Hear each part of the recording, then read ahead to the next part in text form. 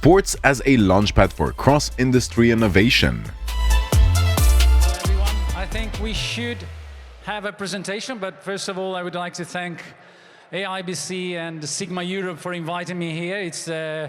It's really nice to be sharing how sports can become the next platform for innovating several other industries.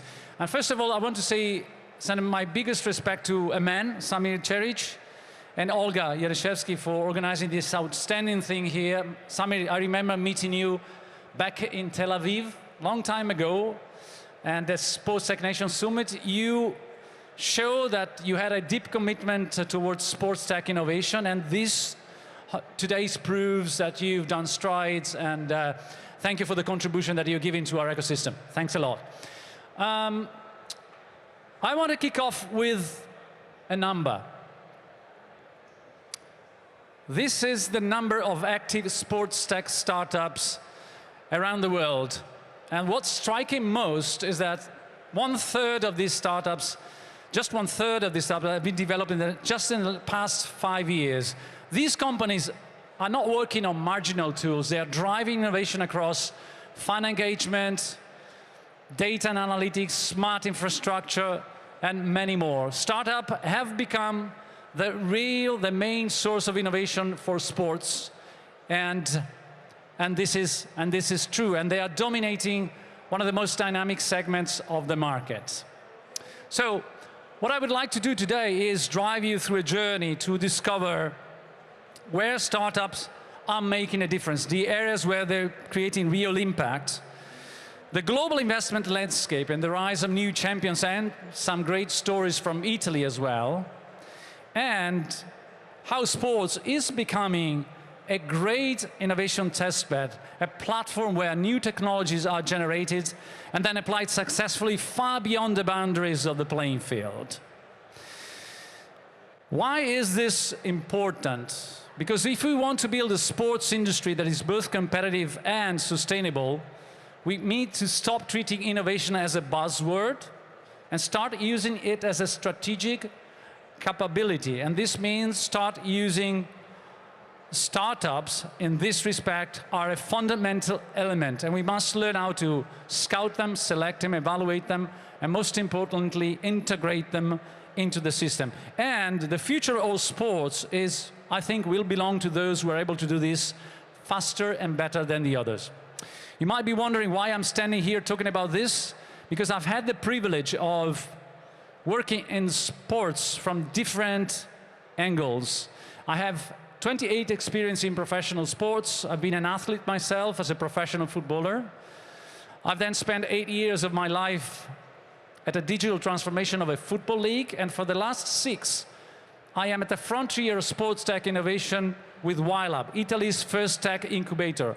With Wylab, we've supported several startups in sports tech. We've invested in 14 early stage ventures. We've launched several incubation and acceleration programs with the idea to bring cutting-edge technologies into the world of sports.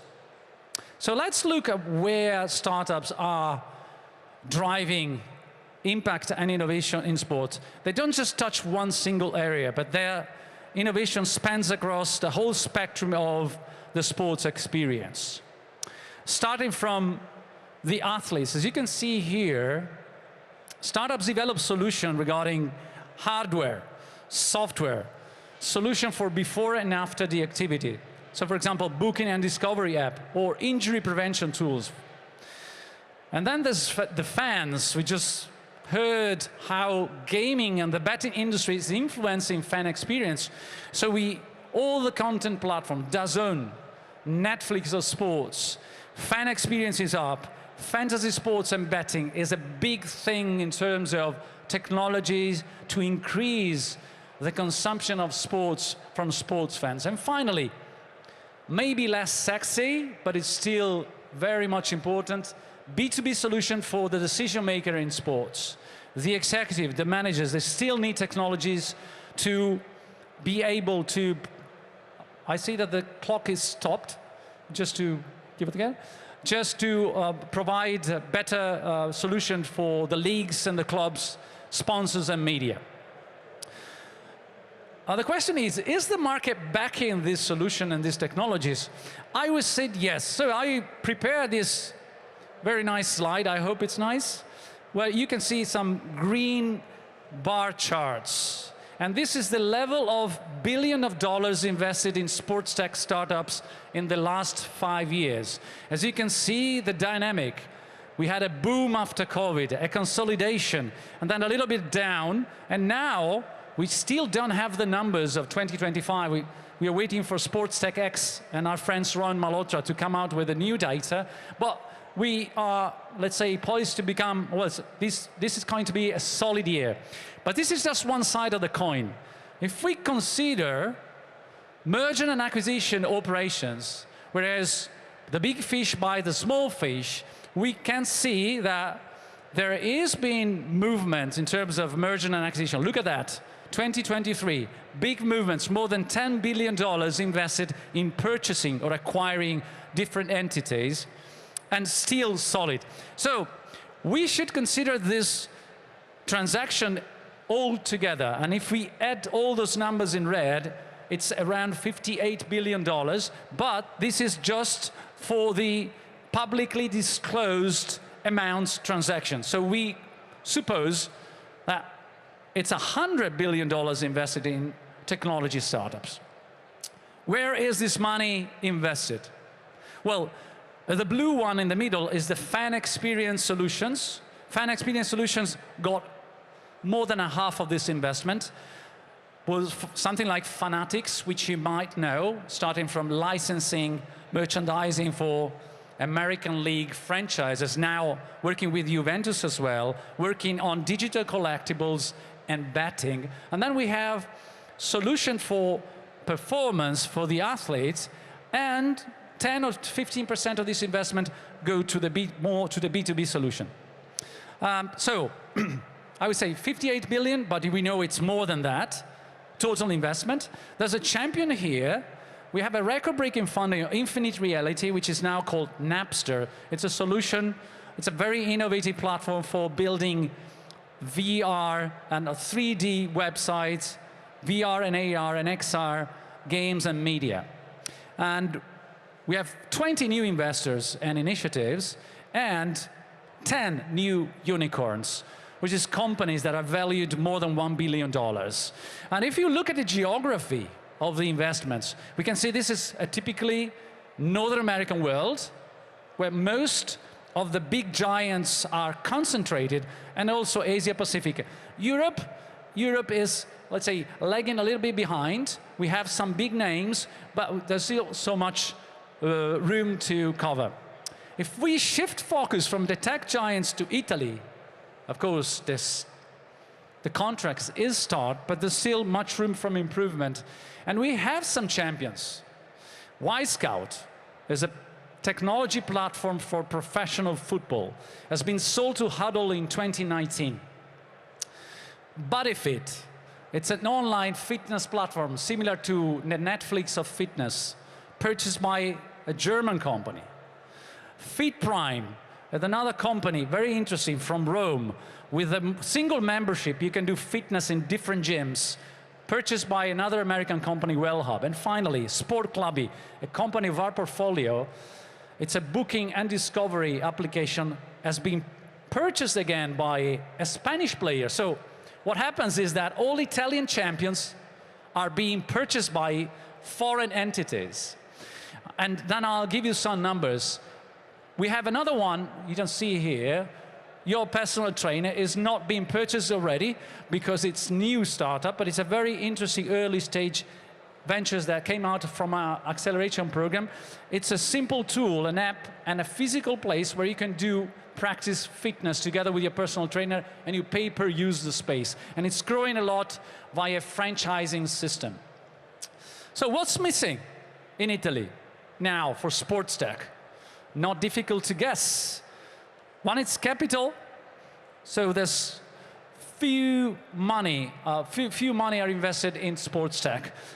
0.3% of total funding are invested in Italian sports tech startup. And this is, what happens is, if we invest little, you don't have big exits. Fit Prime, which in my knowledge is the biggest exit in Italy for sports, it's 50 million euros. A unicorn is 1,000 million euros, okay? So that's the difference, and we don't have any unicorns.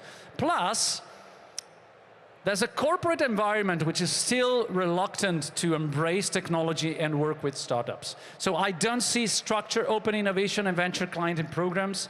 There's few POCs successfully launched, and very few exceptions. One exception is We Sport Up, an acceleration program that I've been lucky enough to operate and run for the last few years.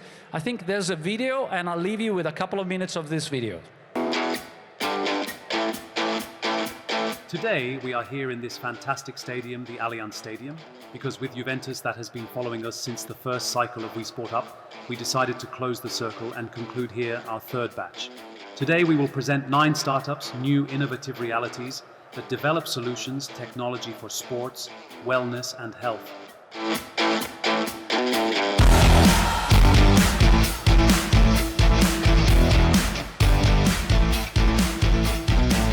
We Sport Up Demo Day. We will present them to our promoters. So CDP, Venture Capital Sport, and Health to our corporate partners, BNL, BNP, Paribas, and Snaitech to our sport partner, Juventus Football Club. So great day of innovation. We hope that from this demo day can come out those relationships that are fundamental to be able to then create an impact in the ecosystem of sports, health, and wellness.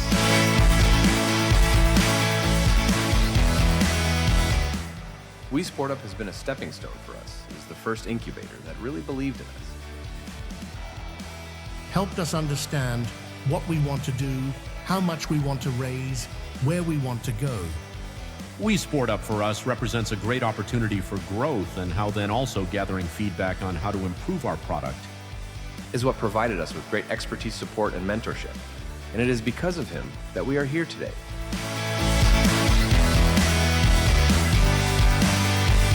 We Sport Up was born from an initiative of CDP Venture Capital together with Sport and Health.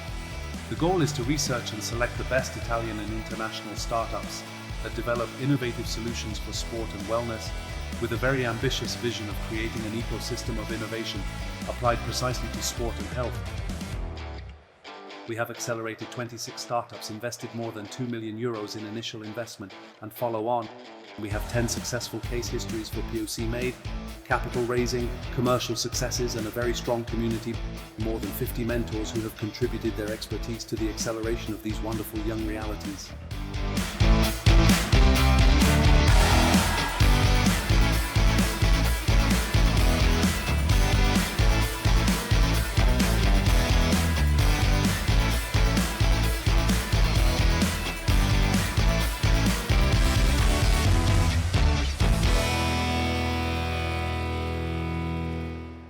So apologies for the translation with AI, which is not, let's say, perfect still. This is an example of what we've done with Juventus. Juventus is a partner of our acceleration program. They picked a startup, and with this startup, they built an e-learning platform. Thanks to this platform, they're able to produce content and provide content for their own coaches around the world. So this is an example of how open innovation works in an acceleration program. And finally, my idea is, what if sports is not a final destination of innovation? What if we can provide solution technology for other industrial sectors? Think about media entertainment, for example. Think about infrastructure. Think about fintech. Think about travel and tourism. Think about sustainability, inclusion. Think about fashion. Think about health and wellness. All these sectors are impacted by solutions that have started with sport, right? So I'll give you 3 examples. One is Whoop. You might know this startup, a company, not more a startup. The value of this company is more than $4 billion in 2021, so maybe now it's more than that. And this company started with elite athletes by providing a subscription-based membership paired with a wristband sensors allowing you to track continuously the level of stress, the level of sleep, and recovery, how you're able to start with a new effort. And what they've done very well, they started with elite athletes, LeBron James, Michael Phelps. to then provide this solution to executives, to people, ordinary people that are willing to apply this, let's say, science-based insight to their own life, to their own productivity. Pardon? Yeah. The second one is a startup from our network. It's called WeSee. And this startup has built some sensors in the drones, detecting and evaluating the quality of sports grounds, okay, starting with football. It didn't work out quite well, and now it's a market leader in the energy sector, providing predictive maintenance tool for big photovoltaic plants. And it's been purchased by Terna, which is the first Italian, the most important infrastructure, energy infrastructure company. And finally, Gymnasio, a nice startup that came out from our first acceleration program. It's an online motion capture tool for fitness. And now what they do this for manufacturing. And they provide a motion capture solution allowing to monitor the movement and the quality of movement of workers in big factory plants. And this work is done in 15 minutes, whereas the ergonomics, the actual people that do the job, they do it in 1 day. So they're currently revolutionizing this sector, and they have partners like Ferrari, Nestlé, and Poste Italiane. So, to sum it up, what we've seen, where startups are creating real impact, from the athletes to the fans to the decision makers. We've seen how the investment is shaping the industry with some rising star from Italy, and there's still much room for improvement. And finally, I try to promote this idea of sports as an innovation tool where things and technologies that are developed here anticipate the trends that transform entire industries.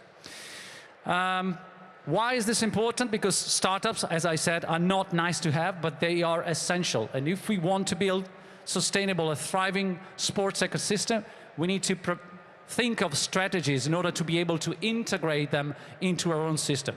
Finally, I want to bring you back in 2005. This is Chiavari.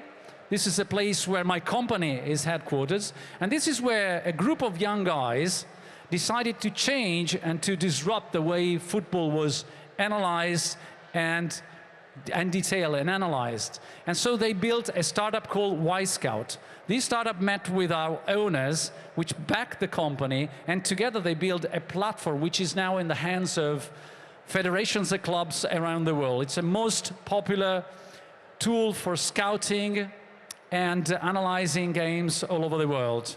And so this story reminds me of the fact that innovation can start anywhere in the world, and even in a small provincial town, as long as you have the vision, the courage, and the right partners that believe in it. Well, thank you very much.